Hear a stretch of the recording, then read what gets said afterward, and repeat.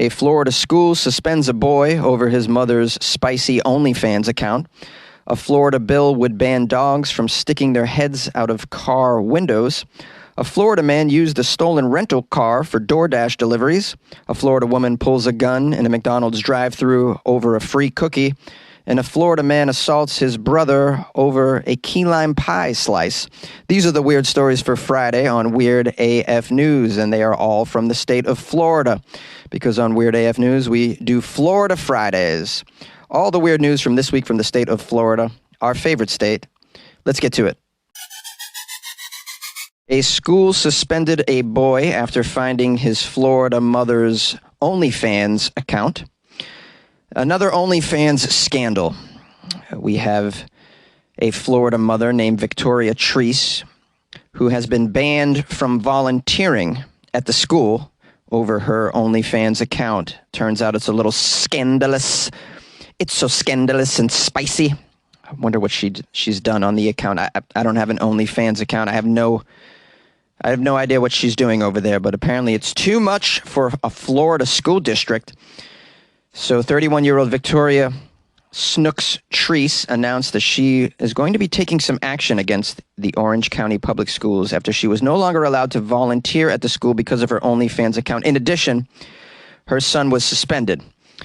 Now, she's saying that she's been discriminated against when the school found out about her OnlyFans videos. According to her, she was forced to homeschool her 7-year-old after he was suspended when the school found out she was an OnlyFans model. Here's a quote from her.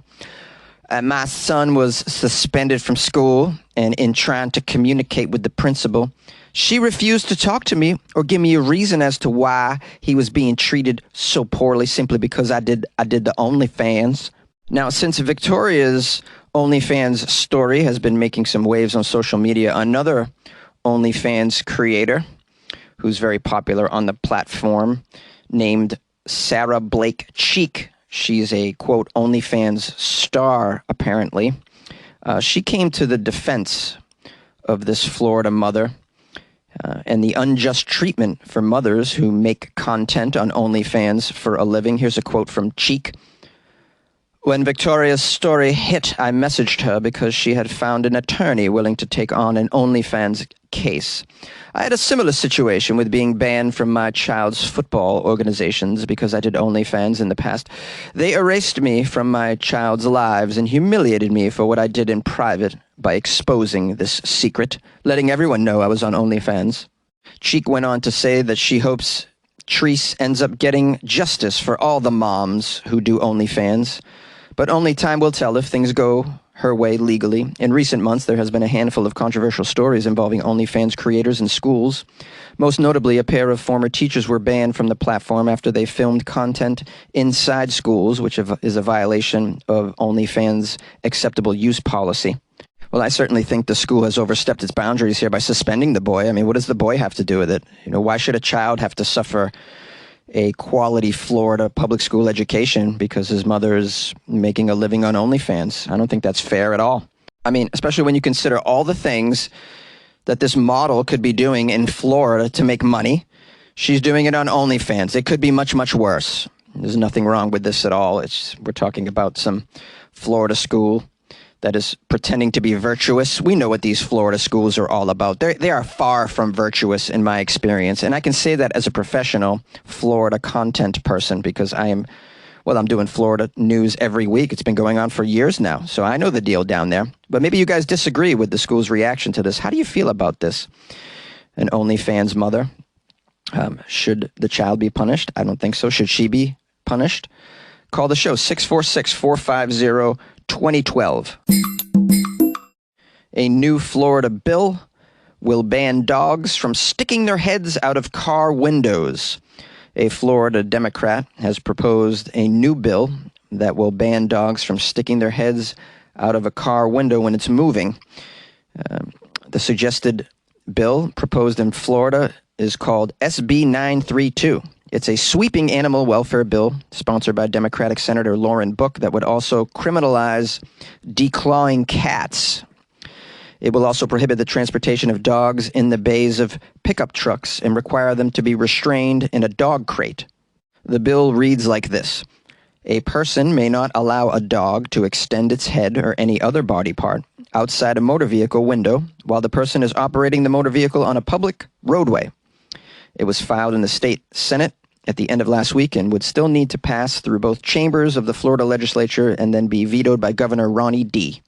The bill would also require the Department of Law Enforcement to maintain an online registry of convicted animal abusers, which is helpful. If you're moving to Florida, you're in a new neighborhood, you can look up anyone in the area been an animal abuser. You want to find out if they're convicted of being sexual abusers as well, being naked in public and whatnot. I think that's all on an online registry of sex offenders in Florida, but maybe not. I don't know. I haven't tried to look that up. I'm afraid at what I might find. We have Sherry, who is the CEO of the Humane Society of Tampa Bay. She said she had mixed feelings about the bill. I wonder why. She's with the Humane Society. Doesn't she want the dogs to be safe? She says, quote, I have not seen a problem with dogs sticking their heads out of windows, and we see 50,000 dogs a year. I mean, we support anything that's going to help animals and the treatment of animals, but I don't see how this is a problem in the grand scheme of things. Some vets will say things could fly into their face, but I don't see it as a real threat, to be honest with me.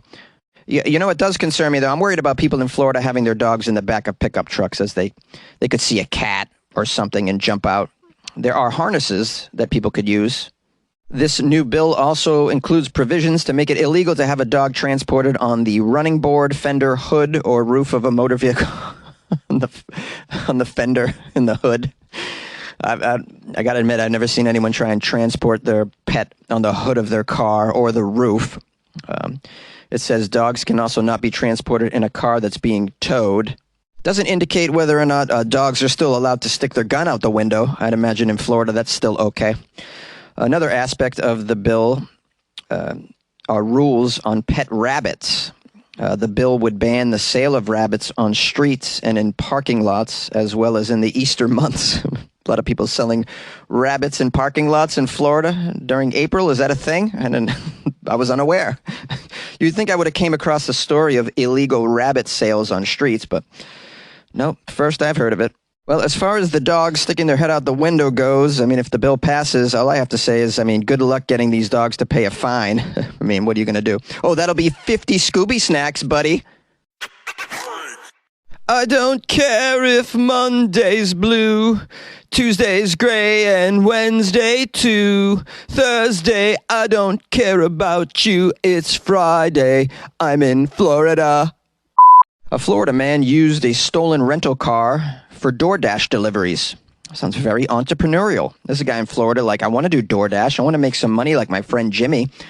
I don't have a car. Where can I get one? Oh, I'll rent one and then never bring it back. This story's out of Clearwater, Florida. A man is accused of using a rental car that was delinquent for almost a year so he could use it in his capacity as a DoorDash delivery driver, according to the authorities. We have a Florida man. Whew, this is a rough name. Okay, Jonesy, you can do this. Olatunji Adekboyagao. Olatunji Adekboyego Gagayo Ukuboye. I can't.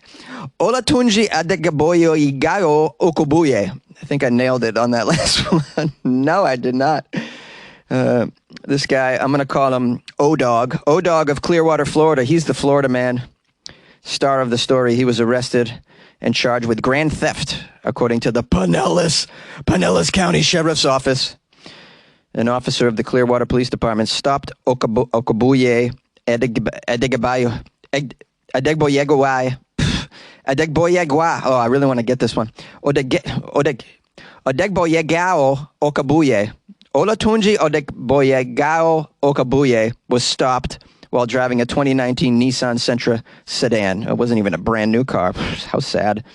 Now, according to the arrest affidavit, this vehicle had been reported stolen from an Avis rent-a-car office in Hillsborough County after Okabuye allegedly rented the vehicle and failed to return it after the rental agreement expired on March 2nd, 2022. He almost made it an entire year. Maybe he was misled. Maybe he thought he had it for a year as a bonus. Now, the arrest affidavit states that Okabuye told the officer that he was using the vehicle to deliver food via DoorDash and intended to return it in March. Don't worry, I'm going to bring it back in a few weeks. What's the big deal? I can have it for a year for free, right? Isn't that what the rental agreement says? Well, at the end of the day, of all the things this Florida man could have been doing with a stolen rental vehicle, he's delivering delicious food to hungry Floridians. That's pretty good, pretty noble. He could have been doing some dastardly things with this vehicle, such as, I don't know, driving over babies, maybe. He could have been delivering stolen rabbits during Easter. Yay! I never knew love before. To Weird AF News, Weird AF News. A Florida woman pulled out her gun during the McDonald's drive-thru over a cookie. A Florida woman was arrested because she pulled a gun on a McDonald's drive-thru employee all over a free cookie. The police say that Amari Hendricks, the Florida lady, was quite upset because she reportedly believed that she was entitled to a free cookie due to not being asked about the free cookie rewards program.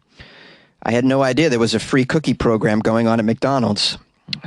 I'd be visiting McDonald's more often if I was getting a free cookie. She was pretty upset about the free cookie, though, thought it warranted the pulling of a pistol. Let's read a little bit more about it. Hendricks was given the free cookie eventually, yeah, of course, because she brandished a gun. I mean, if you're usually going to get what you want if you whip out a gun during the drive-thru. You could have got more than a free cookie, probably, Hendricks. Could have probably got 4 free cookies. The employees told the police that as the 24-year-old was yelling at them, she grabbed a gun, inserted a magazine, and racked the slide.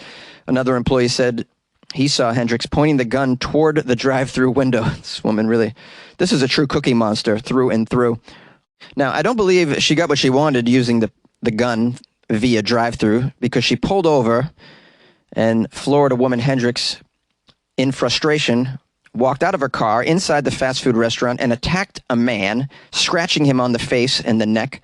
She was taken into custody after initially refusing to comply with officer commands. Wow, I mean, all of this over a cookie. I mean, what would she have done over a Big Mac is what I want to know. Who's going to die over a Big Mac? I don't know how you work at a fast food establishment in the state of Florida. Again and again, people are just pulling guns on them. It's outrageous. They are not paying these people enough to work the McDonald's drive-thru. I mean, at this point, you can't work a drive-thru in Florida without wearing a bulletproof vest. Am I right? Now, I'm envisioning a future of Floridian fast food establishments that just do away with the indoor situation. Just no indoor scene at any McDonald's, Wendy's, Subway, you name it. You can't go in. All right. It's just too dangerous at this point. It's drive-through only. And even then, I mean, you got to take precautions because these Florida people will shoot you over some high fructose corn syrup at the end of the day. Am I right? Yay! A Florida man faces prison time over an argument about key lime pie. A 64-year-old man in Florida is potentially facing decades in prison as well as thousands of dollars in fines for dumping 2 glasses of water on his older brother during an argument over some key lime pie that the older man was saving. Really? Decades in prison for dumping water on someone? Seems a little stern of a punishment. Let's keep reading. Maybe the water was tainted. Maybe it was, well, that Florida water is pretty toxic, I'm guessing. Probably some radioactivity in there. We have David Sherman Powelson, the Florida man, taken into custody on Wednesday, charged with 1 count of first-degree felony aggravated battery on a person 65 years of age or older, according to the court records.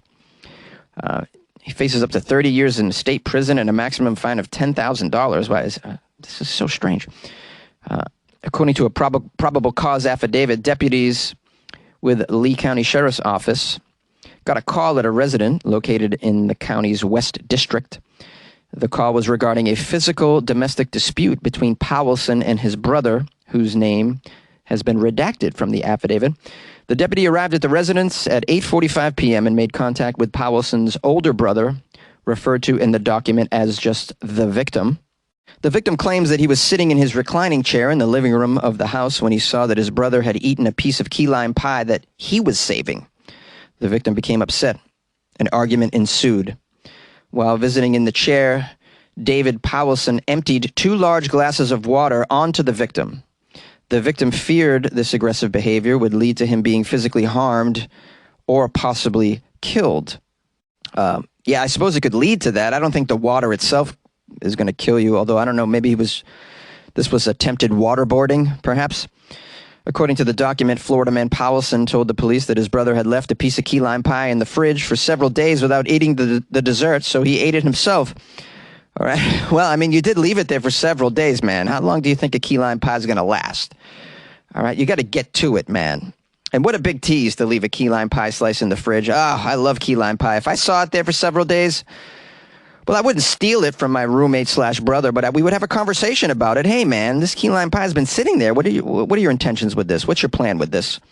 Now, according to the report, Floridaman Powelson was near the kitchen, decided to fill up a large glass full of water, dump it on the victim's head to, quote, cool him down, the affidavit states. Then he proceeded to fill up another glass and dumped it on the victim again. After speaking to both parties, the responding deputy arrested Powelson, transported him to the county sheriff's jail. The deputy noted that the victim did not suffer any injuries during the altercation because only water was thrown on the victim. Yeah, but like, why the stern punishment? It says here, Florida law states that the crime of battery is raised to aggravated battery when an individual committing battery intentionally or knowingly causes great bodily harm, permanent disability, or permanent disfigurement, or uses a deadly weapon in the commission of the crime. I don't find that description to fit this activity at all. None of that. Great bodily harm, it's a glass of water. Permanent disability, it's a glass of water. Disfigurement, it's a glass of water. I mean, unless he's the Wicked Witch, he's not going to melt. In the end, there just really isn't much to this story except for confusion. But I did want to talk for a moment about key lime pie because I love it so much. It's got to be Florida's biggest export next to Floridaman. Oh, my lovely, loyal listeners of the Weird AF News Podcast. Thanks for joining me for this Florida Friday episode. And I want to give thanks to everyone who sent me Florida stories the past 48 hours. Very helpful. Thank you for doing that for me, making my job easier here in the closet. Hope you're having a nice weekend, or you had one, or you're about to have one. All of that, all the above for you. Those are my wishes for you, all the above. And if you want to support the show, please consider leaving a review on either Amazon or Apple Podcasts, or giving it 5 stars on Spotify is supremely helpful as well, turns out. If you would like to support the show with a little bit of cash, that would be amazing and accepted. You can do so by joining the Patreon, which is like buying me a cup of coffee every month. Yeah, it's kind of like that. And you can do that by going to patreon.com/weirdafnews or clicking on the Patreon link in the description of this podcast. Or go to weirdafnews.com, the official website of Weird AF News, and you can click on the Patreon banner there. You can also buy me a coffee off the website directly as well. If you want to just buy me a coffee one time buy me a coffee, that's pretty cool too.